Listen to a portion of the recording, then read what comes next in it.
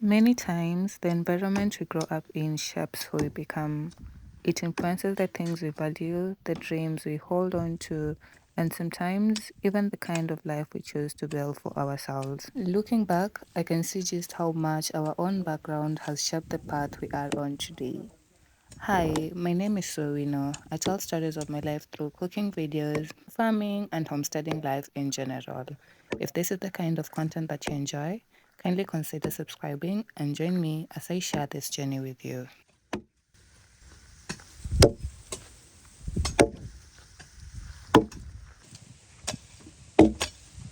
For those of you who have been here since the very beginning, you already know how much an outdoor kitchen means to us.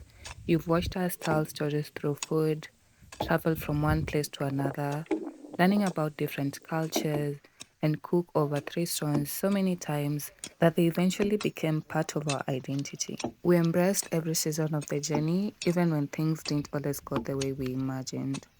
When my husband gifted me this piece of land, we thought everything would come together much faster. But life has a way of reminding you that some things simply can't be rushed. Looking back now, I think every delay had a purpose because today we are finally standing here, ready to begin building the outdoor kitchen we've dreamed about for so long.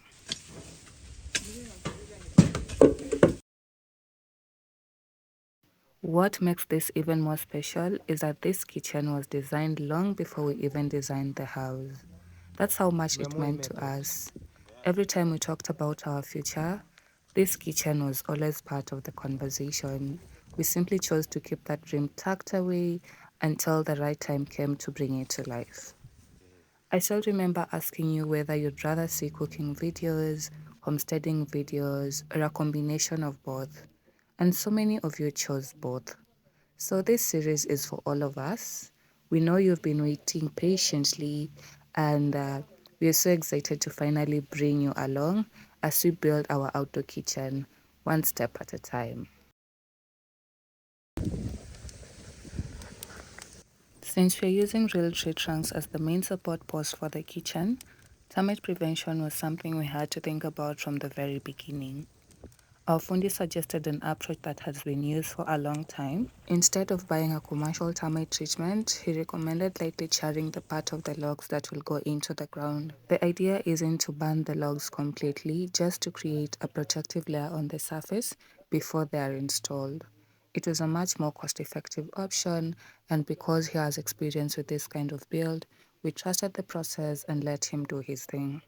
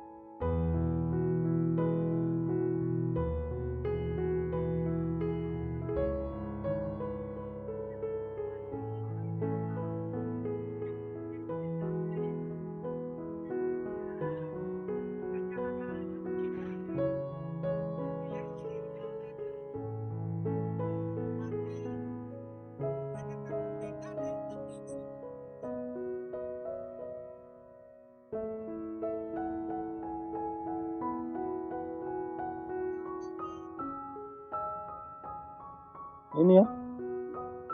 Nini? Inafanya?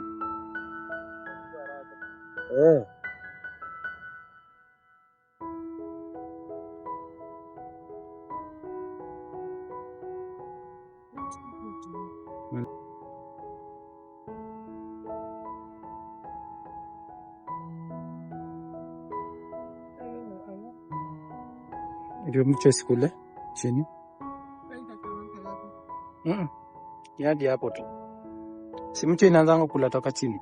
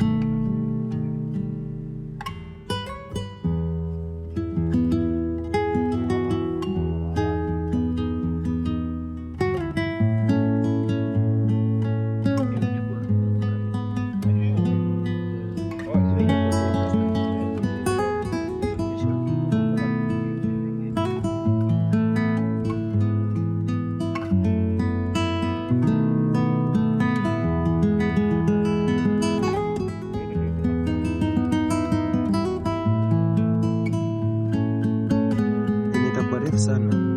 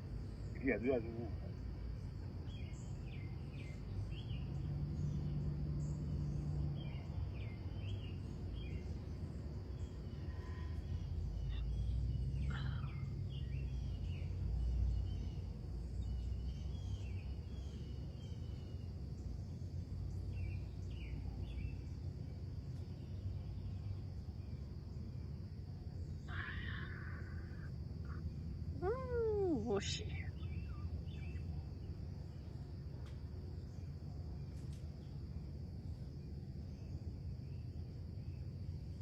Ndio.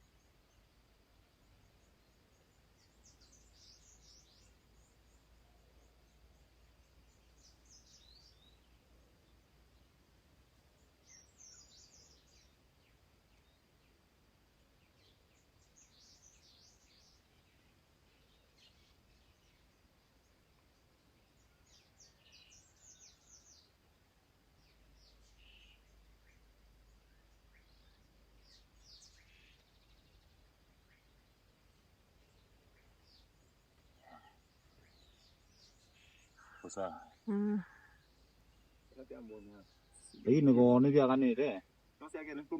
Rumah bagi rumah.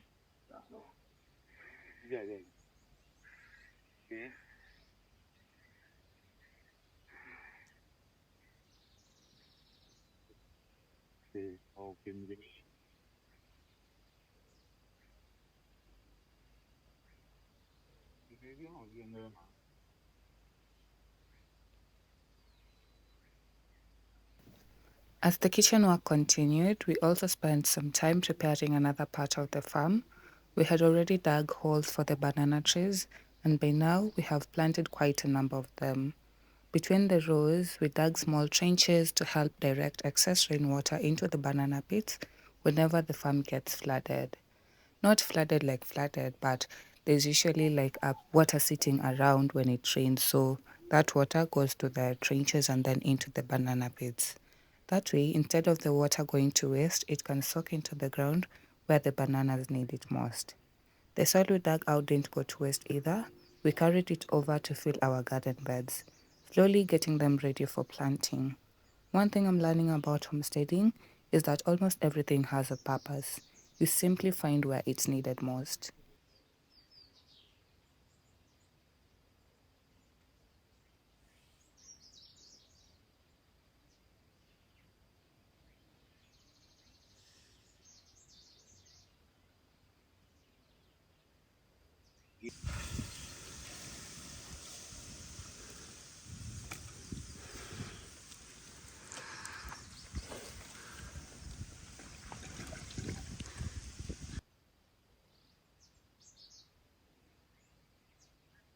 Mzee unamwaga ingine? Brian akam? Mzee. Twende.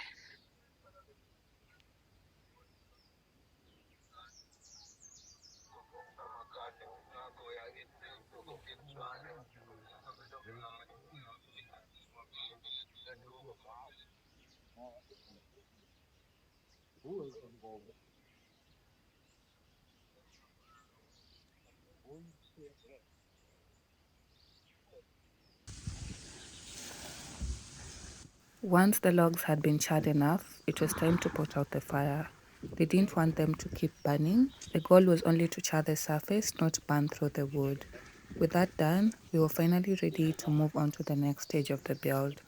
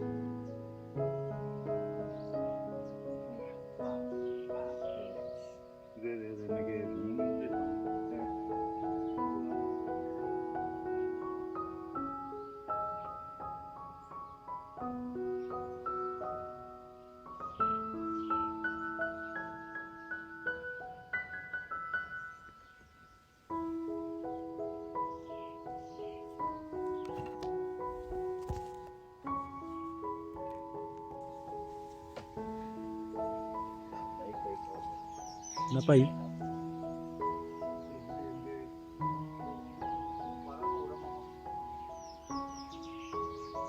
With the posts ready, it was finally time to mark out and dig the foundation. This is the actual footprint of the kitchen. I don't know if it is very clear on camera just yet, but as the build goes on, you'll get a much better idea of the size and layout. I'm curious though, what do you think of it so far? Does it feel bigger than you expected or smaller? I'd love to hear your first impressions in the comments before the walls start going up.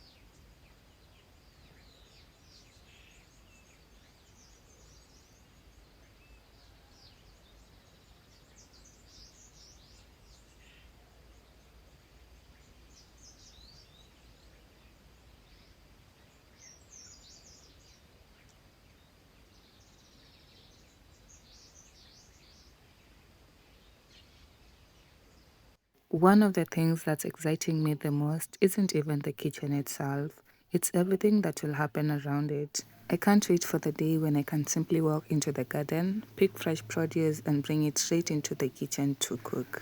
That's the dream we've been working towards all this time, and that got me thinking. Once this kitchen is finally ready, what kinds of recipe would you love to see more? More African cuisine, a mix of dishes from different parts of the world. I'd really love to hear your thoughts. And while you're at it, what else do you think we should plant in the garden? I'd love for this space to grow with your ideas too, so leave your suggestions in the comments.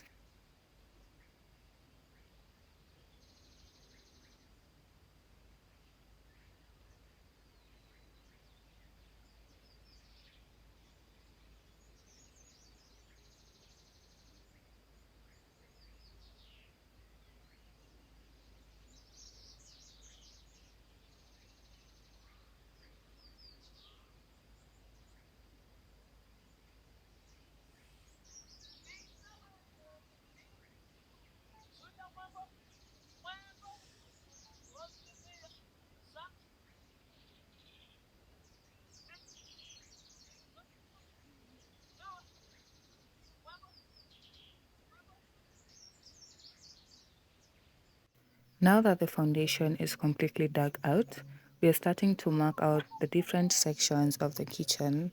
It might still look a little difficult to picture at this stage, but by the end of this video, you'll have a better idea of how everything is laid out. And once the walls start going up, I think it will all make sense. No. I'd love to hear your thoughts though. Looking at the layout so far, where do you think the working area should be? Where would you place the shelves or storage? And when it comes to the walls, will you leave some sections open or will you build them all the way up? We're always happy to hear different ideas, even though we already have a design in mind. I enjoy reading your suggestions because sometimes they make us think about things we hadn't considered before.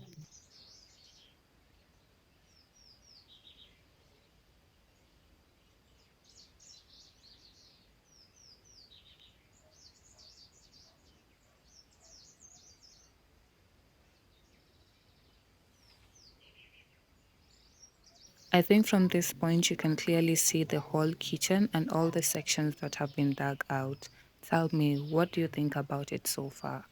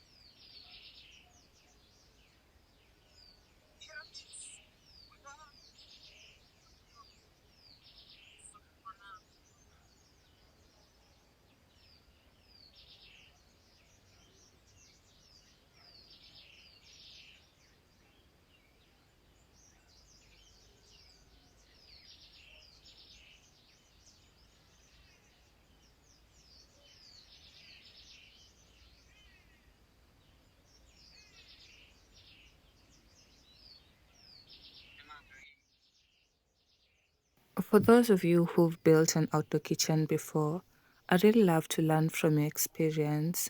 Right now, we are building from a vision we've had for a long time, but there are some things you'll only consider once you start using the space.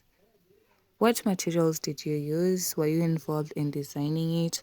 Or did you simply tell your fundi what you wanted and let them bring it to life? And what are some of those little features that have made your kitchen so practical? Maybe there's something you added that you now couldn't imagine living without. Are you cooking with fire, gas, or a combination of both? Is there one detail in your kitchen that always catches people's attention and makes them ask, how did you think of that? I mean, just two little details here and there.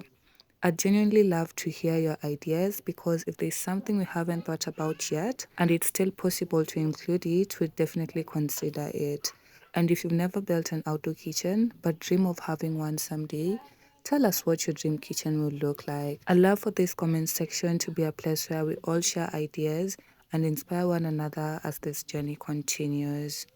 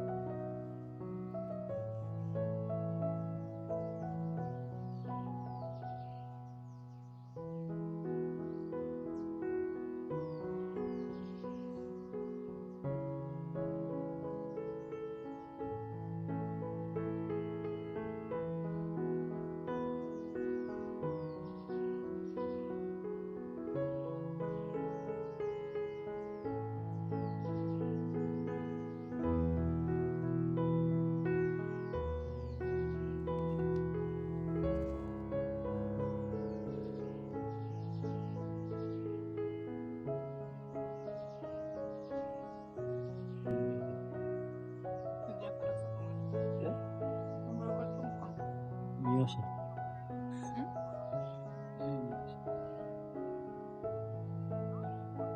Unaosha mkono?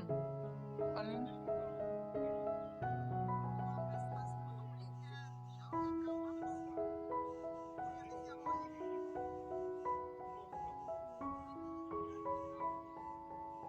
Naona venye hiyo yenye tumeweka hivi inakuwa strong.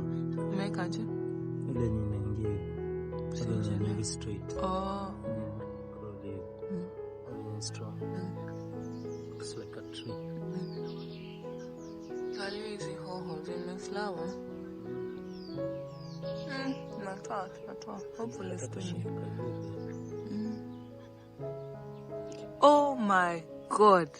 Hehe. Ulikuwa umeona? What? Naona tu.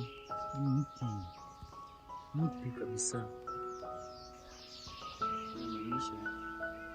Very strong. Very soon tutakuwa hapa tukitoa tomato tunatoa hoho na dania.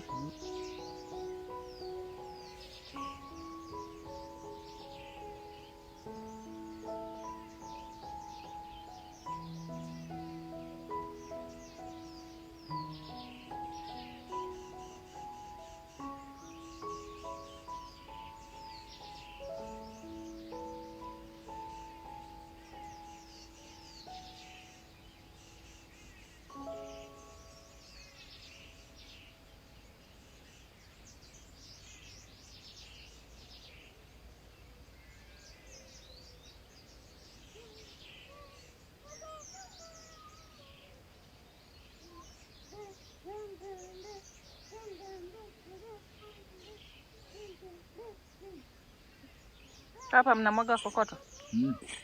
Peke. Kunikafuta. Tobi banu mama. Abani peke. Bawu lu ba ba. Nama nyundo. Bawu.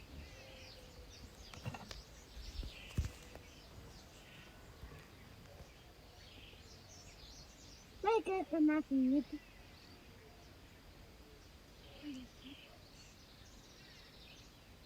Lagi.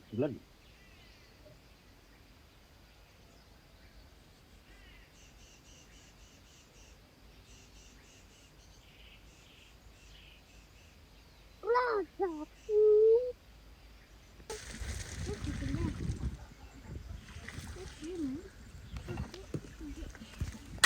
Apa jenis dia? Ni sana. Pada lagi. Itu pada dia.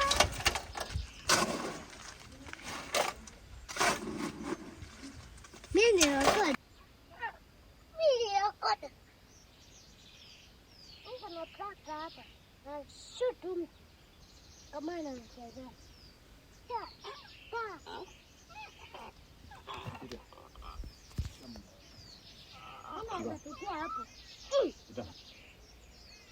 Hapa.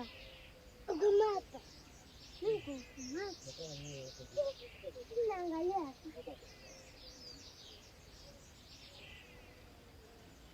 Gua give him.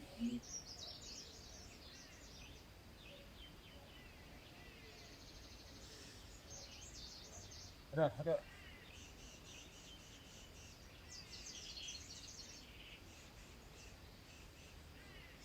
Magado.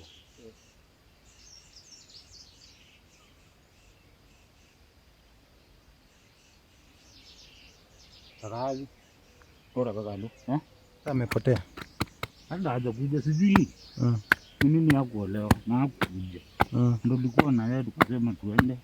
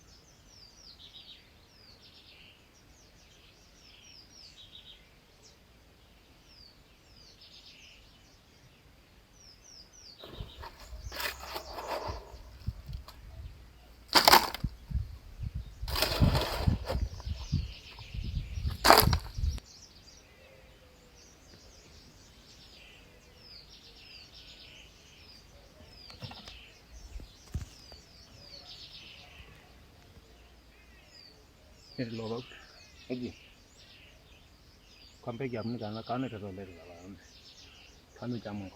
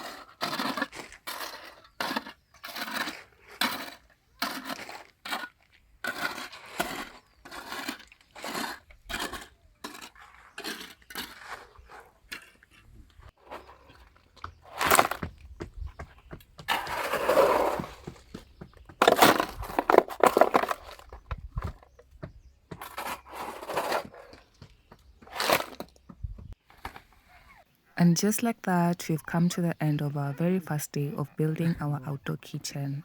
It might not look like much just yet, but today was all about laying the groundwork for everything that's about to come. In the next episode, you'll finally get to see the main support posts go into the ground, the walls begin to take shape, and this dream slowly starts looking like a real kitchen. I really hope you've enjoyed spending the day with us. If you have, I'd love to know what you think of the design so far. And if you have any ideas or suggestions, don't hesitate to leave them in the comments. I always enjoy reading them. If you haven't already, kindly consider subscribing and joining us as we continue building this little dream one step at a time. Keep dreaming, keep building, and most importantly, live the life that feels true to you. Until next time, bye. We shall try again tomorrow.